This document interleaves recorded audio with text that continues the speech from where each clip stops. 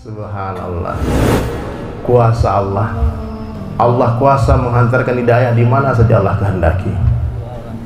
Ya, di tempat gelap gulita itu justru Allah hantarkan siraj, lentera yang menerangi. Dai-dai datang dari seluruh dunia ke Bali, Pak. Mereka mungkin tak dikenal di dunia. Jadi saya sebelum masuk masjid itu dari tahun 98 sampai tahun 2000 akhir itu ratusan kali didatangi. Pertama saya datang di Bali itu saya ngelihat almarhum gitarolis.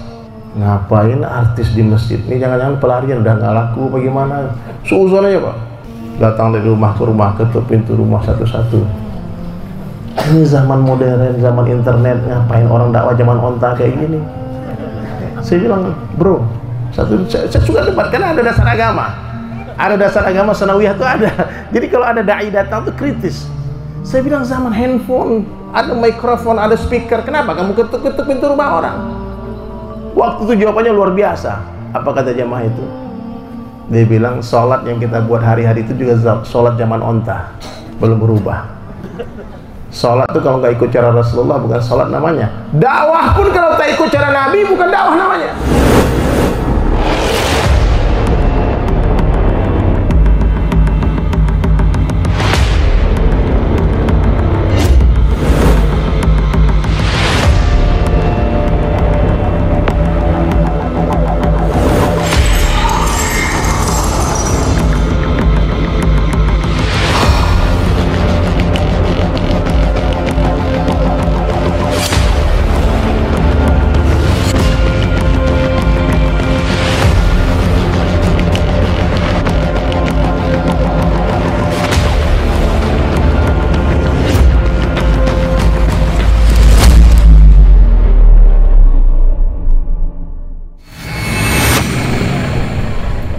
نحمده ونصلي على رسوله الكريم أما بعد.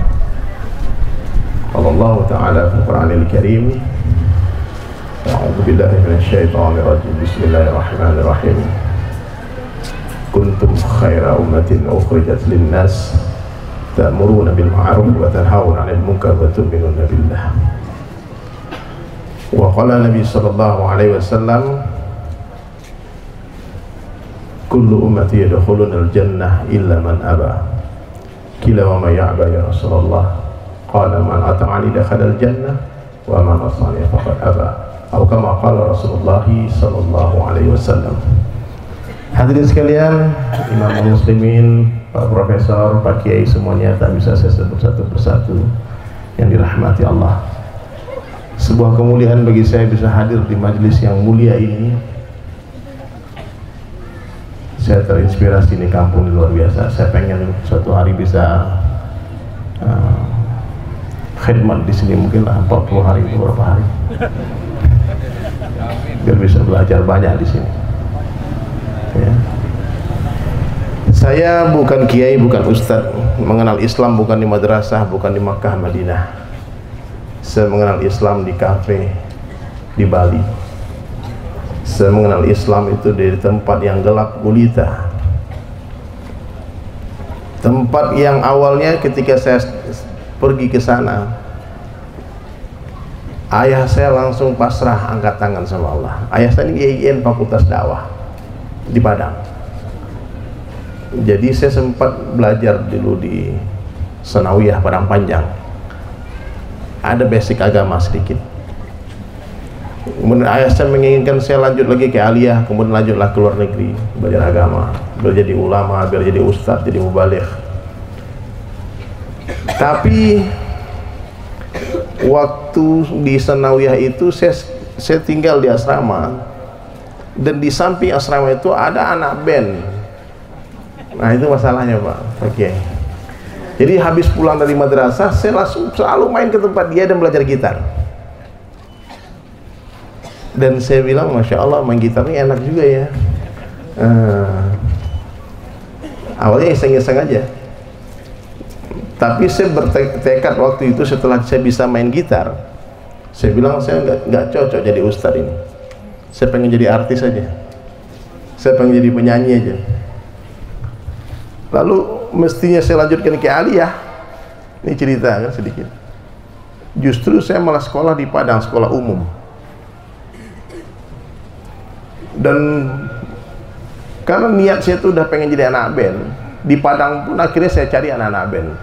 Dan Allah hantar juga di samping kos-kosan saya tuh anak metal. Oh, sempurna saudara. Jadi musik saya itu bukan sembarang musik. Musik yang tidak bakal disukai sama bapak-bapak, sama mama. Kalau udah mulai putar itu musik, semua orang teriak, lempar-lempar, wah setan, sama apa lagu apa itu. Jadi aneh Pak. Tapi saya lihat jalur musik yang saya pegang ini, jalur musik metal itu ternyata membuat saya semakin dekat juga dengan agama. Karena anak-anak metal ini, Pak Kiai, dia suka berpikir tentang kematian. Nah, anak metal itu kalau bikin nama band, coba di luar negeri ya, ada death, kematian. Ada band luar negeri itu namanya Sepultura, kuburan. Wah, Dead Angel, malaikat maut.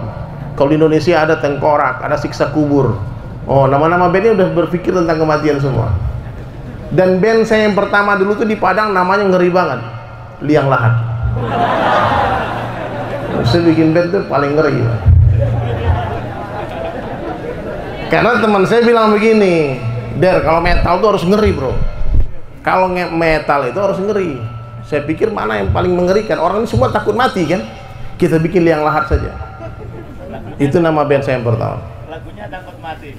Oh, pokoknya lagu saya tuh dari dulu tuh, meskipun dari metal itu sudah bicara tentang kematian. Ajib lagi, memang nih Allah kuasa ya. Subhanallah. Akhirnya setelah selesai saya SMA SMTI namanya sekolah menengah teknologi industri di Padang, di bawah departemen perindustrian. Saya nggak ambil ijazah, saya nggak perlu itu, saya langsung pergi ke Jakarta. Ayah saya pun udah panik, dibilang apa lagi mau jadi anak? Saya bilang saya cita-cita saya sekarang mau jadi artis ke Jakarta. Semua orang kampung pikir saya gila, karena orang merantau itu rata-rata bikin rumah makan Padang kan. Rata-rata orang kalau pergi merantau itu jualan kaki lima, ikat pinggang, dompet, sepatu semuanya kan, jualan baju di Tanah Abang. Ini ada orang Padang pergi merantau cita-cita pengen jadi artis, minta duit gak dikasih sama bokap. Bapak saya bilang aja ngapain dikasih. Waktu itu saya lagi pegang-pegang gitar di depan rumah saya di Padang sana, di Solo, nama kampung kecilnya. Ini cerita ini saya jarang cerita ini saya nih, karena Pak Kiai tadi mancing-mancing cerita masa lalu ya terpaksa lah. Subhanallah hadirin sekalian, saya bilang sama ayah saya cium tangan, doakan saya jadi orang sukses. Saya nggak dikasih duit. Waktu itu ada mobil bawa bawang dari kampung itu, hasil panen, pergi ke Jakarta, truk. Saya tanya sama supir truknya, mau ke Jakarta ya? Iya, boleh saya numpang nggak? Oh iya naik, ada kosong dulu. Akhirnya saya naik truk ke Jakarta. Saya naik truk ke Jakarta, sampai di Jakarta saya berjalanlah panjang waktu. Akhirnya saya bergabung dengan sebuah band besar di Jakarta namanya Betrayer. Itu band metal luar biasa bro. Itu kalau manggung 6.000, 7.000 orang nonton, anak hitam-hitam gondrong-gondrong semua. Betrayer itu ada lagu juga judulnya Bendera Kuning. Bendera Kuning itu kalau di Jakarta orang kalau mati di depan rumahnya ada bendera kuning. Gitu bikin lagu itu. Kemarin pagi ia masih bicara gitu. Ada nanti itu kan. Pokoknya tentang kematian ya. Itu lagu saya dulu. Pokoknya lah kemana, pokoknya semua anak muda, anak metal satu Indonesia itu pasti kenal band itu. Terus 98 tidak boleh ada keramaian karena waktu itu lagi demo-demo rame-rame kan, Pak Harto mulai lengser waktu itu. Teman saya bilang, Der, biar nggak ada demo di Bali aja, di Bali aman. Hah? Di Bali kalau kita jadi anak metal tuh pokoknya happy deh. Kenapa? Bebas di Bali itu. Kalau di Jakarta bayangkan dulu ya, kalau kita masih main musik metal tuh, mohon maaf Pak ya, rata-rata anak metal tuh jarang sholat. Karena sibuk maksiat, sibuk main gitar, melalaikan musik itu melalaikan. Maka banyak ulama yang mengharamkan musik. Kalau udah main musik tuh bisa 2 hari 2 malam nggak keluar studio, nggak tahu siang nggak tahu malam tuh main gitar nih. Setiap hari saya ingat waktu itu minimal 8 jam saya main gitar. Tiap hari profesional terus begitu. Gondrong rambut semua kan. Terganggu karena tiap sebentar azan kan. azan lagi nih, azan. Kita nggak ke masjid. Setan tuh paling takut azan, Pak. Nah, musik saya musik setan waktu itu. Betul-betul lah, Allahu Akbar. Teman saya bilang, Der, kalau ke Bali nggak ada azan. Beneran itu? Saya bilang, iya. Oh, udah ke Bali lagi itu. Kita ke Bali, Pak Kiai, ke Bali kita, Masya Allah. Niat saya betul-betul mau jadi setan di Bali. Saya mau lari dari Islam, saya nggak mau nih, agama terlalu banyak aturan nih. Ini nggak boleh, itu nggak boleh, musik haram, ini haram, macam-macam haram semua. Aduh, saya tidak agama lain deh. Betul, Pak. Saya ke Bali, akhirnya di Bali saya pikir saya bisa menyalurkan hobi saya sesuka hati saya. Sampai di Bali, Masya Allah, saya bikin lagi band di Bali. Namanya Born by Mistake. Nama bandnya gitu. Metal juga. Allahu Akbar, tambah popularitas naik, dunia datang, kawan banyak, harta banyak, semuanya. Dan saya juga hobi melukis potret. Saya kalau melukis orang itu bagi dulu, Allah beri kemampuan tangan saya ini melukis orang cepat dan mirip. Kalau 20 orang pelukis cepat itu saya paling cepat dan paling persis tuh. Bakat yang Allah berikan. Jadi jiwa seni betul-betul semuanya mengalir di tubuh saya ini, seni aja. Ini kalau ada orang lihat nih, pagi dulu saya sketch jadi langsung jatuh cinta. Betul, wah, kok bisa mirip lebih ganteng dari aslinya? Betul. Selalu gitu. Kalau saya cari duit, saya nyeket orang di kafe itu satu hari itu bisa dapat 2 juta, 3 juta nyeket orangnya. Maka duit saya banyak, Pak. Kalau lihat orang cewek cantik, langsung saya sketch. Saya bilang, ini lukisanmu. Hah? Boleh saya bawa pulang nggak? For me, kata bule itu kan. Itu aku aja. Kalau kamu bayar, kamu beli. Tapi kalau kamu nggak mau bayar, saya bawa pulang. Saya mau lihat orang, kasih tahu teman-teman tuh kalau bidadari itu ada. Oh, so sweet. Gitu ya, udah. Pokoknya udah habis, Pak, tuh waktu itu. Oh, udah nakal banget, Pak, di Bali dulu, Pak. Awal-awalnya. Subhanallah. Kuasa Allah. Allah kuasa menghantarkan hidayah di mana saja Allah kehendaki. Ya. Di tempat gelap gulita itu justru Allah hantarkan siraj, lentera yang menerangi. Dai-dai datang dari seluruh dunia ke Bali, Pak.